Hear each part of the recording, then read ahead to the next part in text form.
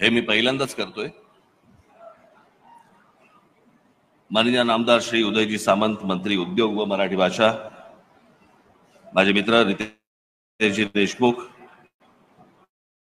सयाजीराव शिंदे, सदानंदराव मोरे, लक्ष्मीकांत देशमुख, रवींद्र शुक्ला पवार, रामदास जे फुटाणे आणि राजेशजी पांडे आणि बाहेर जमलेल्या सर्व मराठी बांधवांनो, भगिनींनो आणि मातांनो,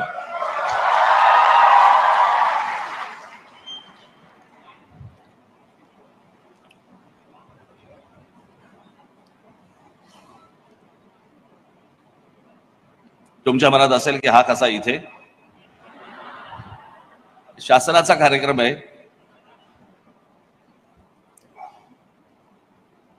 पण उदयजी सामंत यांनी मला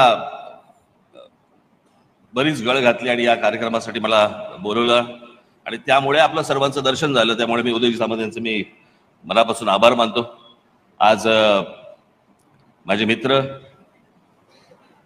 रितेश देशमुख यांचा माझ्या हस्ते त्यांना पुरस्कार देण्यात आला।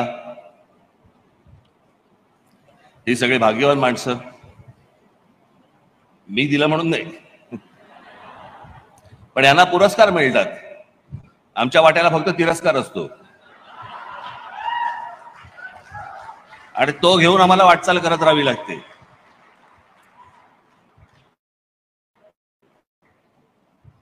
पण आज या मराठी भाषेसाठी म्हणून बऱ्याच गोष्टी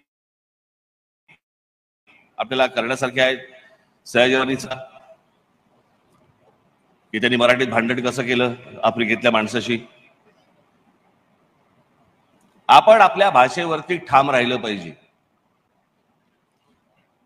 जग त्याच्यानंतरच तुम्हाला दाद देतात। जशी फ्रेंच माणसं आहेत, जशी इतर देशात मधली माणसं आहेत, ते आपल्या देशाशी आपल्या स्वतःच्या भाषेबरोबर इतके प्रामाणिक असतात की तुम्हाला त्यांचा अभिमान वाटायला लागतो, अरे की स्वतःच्या भाषेची केवढे प्रामाणिक आहेत, आपल्या देशात आहेत की।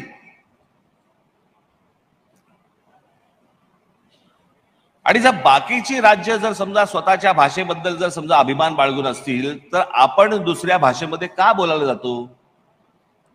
आपल्याकडची मुलं, आपल्याकडच्या मुली ह्या हिंदीमध्ये बोलायला जातात, इंग्रजीमध्ये बोलत असतात, पण एकमेकांना भेटल्यावरती हिंदीमध्ये बोलतात। कशासाठी बोलतात?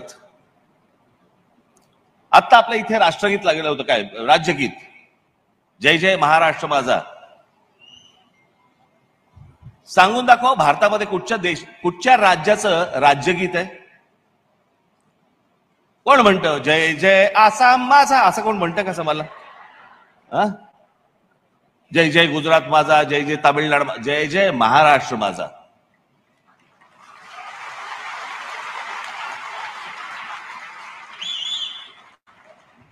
पहिली गोष्ट आपण लक्षात घेतली पाहिजे की आजपर्यंत या भूप्रदेशावरती, ज्याला मी नेहमी सांगत आलो की हिंद प्रांत, कारण हा देश हिंदुस्थान भारत जो काय आहे हा 1947 साली झाला, पण या संपूर्ण हिंद प्रांतावरती जी आक्रमणं झाली ती सगळी बाहेरून आली आहेत। या हिंद प्रांतावरती जर कोणी राज्य केलं असेल 125 वर्ष, या भागात ते फक्त मराठ्यांनी केलं।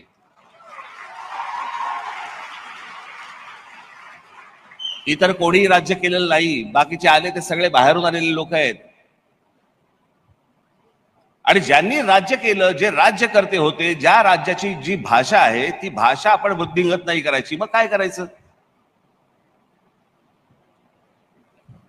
मगाशी उदयजी सामंत यांनी सांगितलं की मराठी भाषेसाठी म्हणून मी जे सांगेन ते त्याला त्या गोष्टीला ते मदत करतील। उदयजी, आपण जे आम्ही सांगू त्या गोष्टीला आपण मदत करालच अशी अपेक्षा आहे।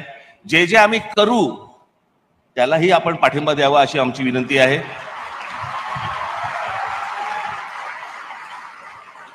तेव्हा फक्त केसेस टाकू नका।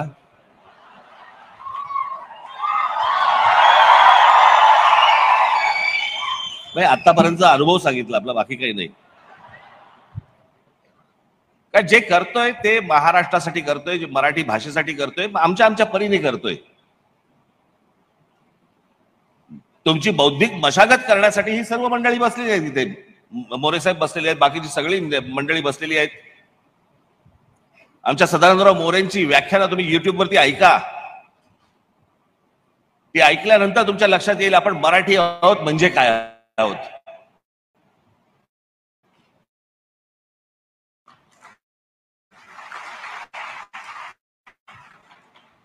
माझ्या भाषणामध्ये सांगत आलो मी, आज पुन्हा एकदा सांगतो. माणसाचं जे अस्तित्व असतं किंवा एखाद्या भाषेचं, त्या समाजाचं जे काही अस्तित्व असतं ना, ते त्या जमिनीवरती असतं. आपण दरवेळेला म्हणत आलो आपण आमचा इतिहास, आमचा इतिहास, जगाचा इतिहास. इतिहास म्हणजे काय? इतिहास म्हणजे भूगोल. ॲडॉल्फ हिटलर असेल, नेपोलियन असेल, कोणी असेल, औरंगजेब असेल, कोणी असेल, मला हा भाग पादाक्रांत करायचा आहे, मला हा प्रदेश मिळवायचा आहे. तो मिळवल्यानंतर जो बनतो तो इतिहास.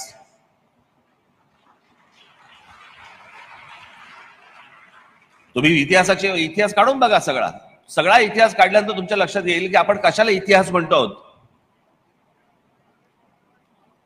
आणि ती एकदा जमीन तुमच्या पायाखालनं जर सरकली, तुमचं अस्तित्वच राहत नाही. त्याच्यामुळे भूगोलाशिवाय इतिहास नाही. आज आपण साहित्य संमेलन भरवतोय, आज आपण मराठी भाषेसाठी सगळ्या गोष्टी करतोय, पण मराठी माणसाचं म्हणून जे अस्तित्व आपल्या ज्या शहरांमध्ये जे असायला पाहिजे आणि दिसायला पाहिजे, मला असं वाटतं राज्य सरकारने आणि आम्ही तुम्ही सगळ्यांनी मिळून ते टिकवलं पाहिजे.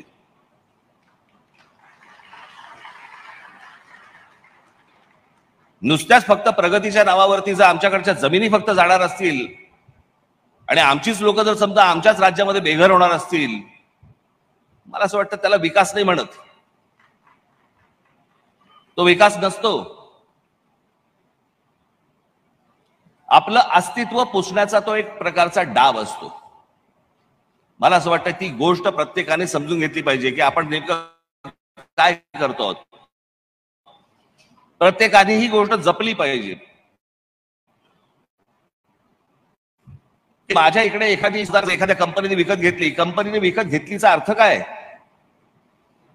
की त्या 5,000 एकर मधली सगळी कुटुंब गेली बाहेर. कुठे गेली, काय गेली माहिती नाही.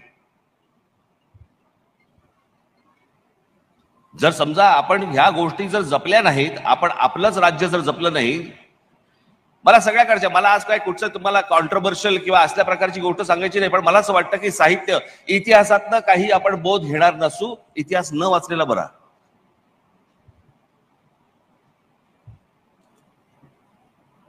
की प्रत्येक वेळेला आपण आपल्या गोष्टी आपण देत आलो, सांगत आलो की बाबा घ्या. प्रत्येक वेळेला तुम्ही जगाच्या पाठीवर देशात जाओ आपल्या.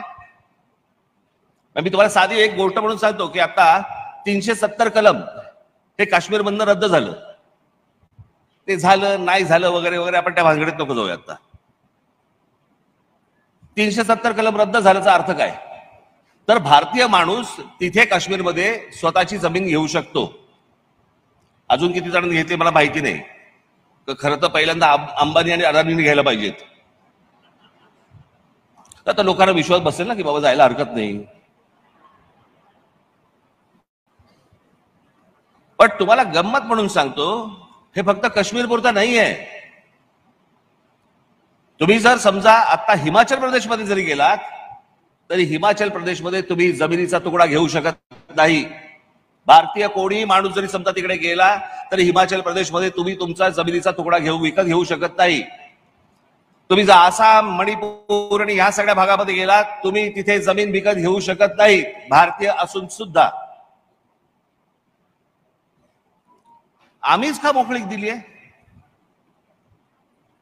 आमच्याकडेच या सगळ्या गोष्टी, तुम्ही या आमची जमीन घेऊन जा, तुम्ही या आमची जमीन घेऊन जा, हा जो प्रकार आहे, अहो तुमचं अस्तित्व टिकलं नाही. भाषा कोण टिकेल?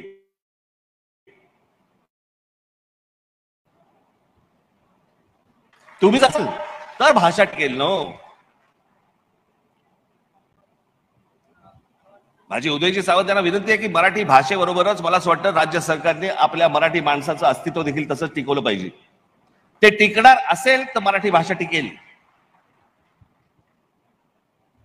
उद्या ही अशी साहित्य संमेलन किंवा हे संमेलन आपण हे पुस्तक प्रदर्शनं भरवली आहेत, ही पुस्तक प्रदर्शनं, ही पुस्तकं आपण मुलांनी, नवीन येणाऱ्या मुलांनी वाचली पाहिजेत. मला असं वाटतं प्रत्येक गोष्टीमध्ये आपण जशी काट टाकतोय तशी साहित्यामध्ये देखील काट टाकली पाहिजे. आज माझी सगळ्या साहित्यिकांना माझी विनंती आहे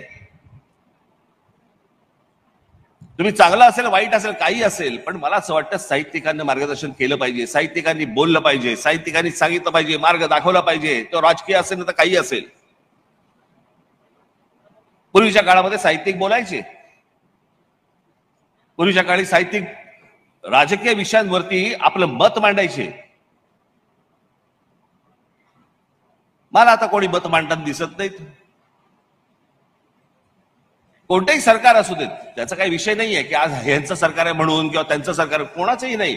मला असं वाटतं साहित्यिकांनी मार्ग दाखवला पाहिजे. साहित्यिकांनी या गोष्टी फक्त नुसती पुस्तकं येऊन चालणार नाहीत, त्यांनी मार्गदर्शन देखील केलं पाहिजे. चांगलं काय वाईट काय हे समाजाला सांगितलं पाहिजे. आम्ही तुमच्याकडे ज्यावेळेला आदराने बघतो, आदर्श म्हणून बघतो, त्यावेळेला मला असं वाटतं की आम्ही जशी तुमच्या पुस्तकांकडे आदराने पाहतो तसं आम्हाला तुमची मतं काय आहेत याच्याकडे देखील आम्ही आदराने पाहिलं पाहिजे. जेव्हा साहित्यिक बोलायला लागतील तेव्हा माणसं ऐकायला लागतील. कोण साहित्यिक बोलतोय हे ऐकल्यावरती मला असं वाटतं त्यांची पुस्तकंही वाचायला घेतील. कारण दुसरीच काही पुस्तकं वाचली जाणार नाहीयेत. आज हळूहळू साहित्यामधले हे सगळे पुस्तक वाचनच मुळात कमी झालेलं आहे. कारण जे काय येते ते व्हॉट्सअपवर येते. आम्ही पाहतही नाही होते खरं आहे का खोटं आहे का काय.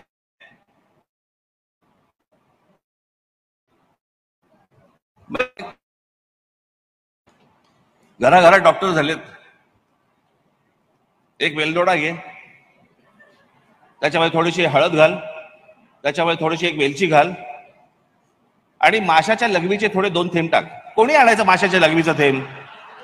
तो पाण्यात करणार. मोदक बघायचा कुठून जाऊन? हे असले ह्यांचे व्हॉट्सअप. आज जे मला असं वाटतं जे तुम्हाला प्रबोधन जे होईल ते मला असं वाटतं पुस्तकातनच होईल. प्रत्येक मराठी मुलांनी, मुलींनी, तरुणांनी सर्वांनी मला असं वाटतं पुस्तक, साहित्य हे वाचलं पाहिजे. त्यात आपण बोध घेतला पाहिजे. आंधळेपणाने कोणाच्याही मागे न लागता खरंच काय नक्की झालंय, काय कुठच्या गोष्टी आतापर्यंत होऊन गेलेल्या आहेत, आपला इतिहास काय आहे नेमका, मला असं वाटतं हे प्रबोधन तुमचं होणं गरजेचं आहे. त्याच्यासाठी तुम्ही वाचणं गरजेचं आहे. आज या प्रकारचं जे संमेलन आज भरवलं गेलेलं आहे, या संमेलनामधनं ज्यावेळेला तुम्ही उठाल त्यावेळेला किमान तुम्ही 10 लोकांना तरी सांगितलं पाहिजे की जाऊन पुस्तक बघून ये आणि घेऊन ये. या पुस्तकांचा जेवढा प्रचार होईल, त्या पुस्तकातनं त्याच्या ज्ञानाचा जेवढा प्रचार होईल, मला असं वाटतं तो प्रत्येक मराठी माणसाच्या घरामध्ये गेला पाहिजे. तुम्ही तुमची भाषा जपली पाहिजे, मराठीचं अस्तित्व राहिलं पाहिजे. ते जर पुसणार असेल तर मला असं वाटतं असल्या संमेलनाला काही अर्थ उरत नाही. महाराष्ट्रामधल्या माझ्या मराठी बांधवाला, भगिनींना, मातांना माझी विनंती आहे, जिथे जिथे म्हणून तुम्हाला महाराष्ट्र, मराठी भाषा जिथे जिथे तुम्हाला जपता येईल त्या ठिकाणी तुम्ही ती जपली पाहिजे. तरच हे वाढेल, मोठं होईल, घडेल, तरच जग आपली दखल घेईल. एवढं आपण सर्वांनी लक्षात घेतलं पाहिजे. मी इथे काही सल्ला द्यायला उभा नाहीये इथे, परंतु आज मराठीसाठी म्हणून आम्ही आमच्या बाजूने काम करत असतो, सरकारच्या बाजूने काम करत असतो. रितेश देशमुख येत्या पुढच्या काळामध्ये शिवाजी महाराजांवरती एक प्रचंड मोठा चित्रपट आज ते निर्माण करत आहेत.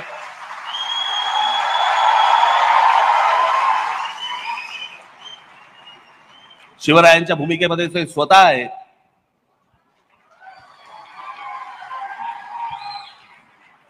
आताच मला असं वाटतं खूप मोठा एक चित्रपट आमच्या संभाजी राजांवरती येतोय.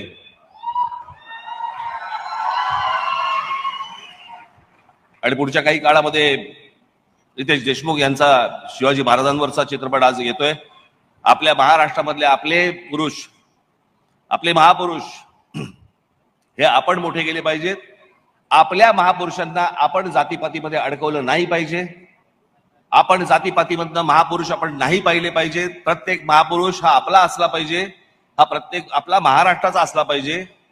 इथे साहित्य इथे समोर आहे. माझ्या महापुरुषाबद्दल तो का लिहितोय? हे कुठून प्रश्न पडायला लागले महाराष्ट्रात?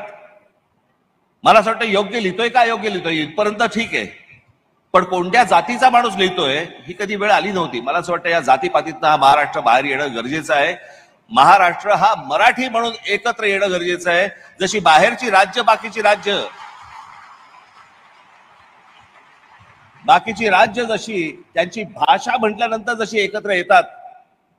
साधी गोष्ट तामिळनाडू मधला आणि तुमचा ह्याच्यातला आंध्र प्रदेश मधला ना कावेरीचा प्रश्न, कर्नाटकातला माफ करा, कर्नाटकातला आणि कावेरीच्या प्रश्नावरती तामिळनाडू मधले चित्रपट सृष्टी असू देत, साहित्यिक असू देत, राजकीय पक्ष असू देत, सगळे राजकीय पक्ष एका प्रश्नासाठी म्हणून कावेरीच्या प्रश्नासाठी सगळे एका व्यासपीठावरती येतात. त्यांच्या भाषेसाठी सगळेजण सर्व लोक एका व्यासावरती येतात. मराठीसाठी म्हणून आपण एकत्र सर्वांनी येणं गरजेचं आहे. प्रत्येकाची काम करायची पद्धत असते, आमची एक वेगळी पद्धत आहे, तीही मला असं वाटतं तुम्ही सांभाळून घेतली पाहिजे. ह्यांची एक पद्धत आहे, तीही सांभाळून घेतली पाहिजे. मला असं वाटतं ह्या नद्यांचा जर नीट संगम झाला तर मराठी भाषा आणि मराठी माणूस याला हात लावायची या जगात कोणाची हिंमत होणार नाही, एवढं आपल्याला निश्चित सांगतो. आणि आज मला इथे उदय सामंत यांनी मला बोलवलं, मला रितेश देशमुख यांचा माझ्या हस्ते सत्कार केला. I am honoured. आणि या सगळ्या मला अतिशय मी भाग्यवान आहे की माझ्या मित्राचा सत्कार माझ्या हस्ते झाला त्याबद्दल. आणि होऊ घातलेल्या छत्रपती शिवाजी महाराजांच्या भूमिका करणाऱ्या माझ्या मित्राला मी मनपूर्वक शुभेच्छा देतो. सामंत साहेबांना आणि त्यांच्या सर्व सहकाऱ्यांना हा सर्व कार्यक्रम त्यांनी आयोजित केला त्याबद्दल मी त्यांना धन्यवाद देतो. इथे राहणाऱ्या मराठी माणसांना देखील मी मनापासून आज धन्यवाद आणि शुभेच्छा देतो. आणि हा कार्यक्रम पाहण्यासाठी अमेरिकेतनं आलेल्या जे लोक आहेत त्यांनाही मनापासून धन्यवाद देतो आणि आपण सर्वांची मी रजा घेतो. धन्यवाद. जय हिंद, जय महाराष्ट्र. आमची व्हिडिओ बातमी आवडल्यास लाईक, शेअर आणि समांतर चॅनलला सबस्क्राईब करायला विसरू नका.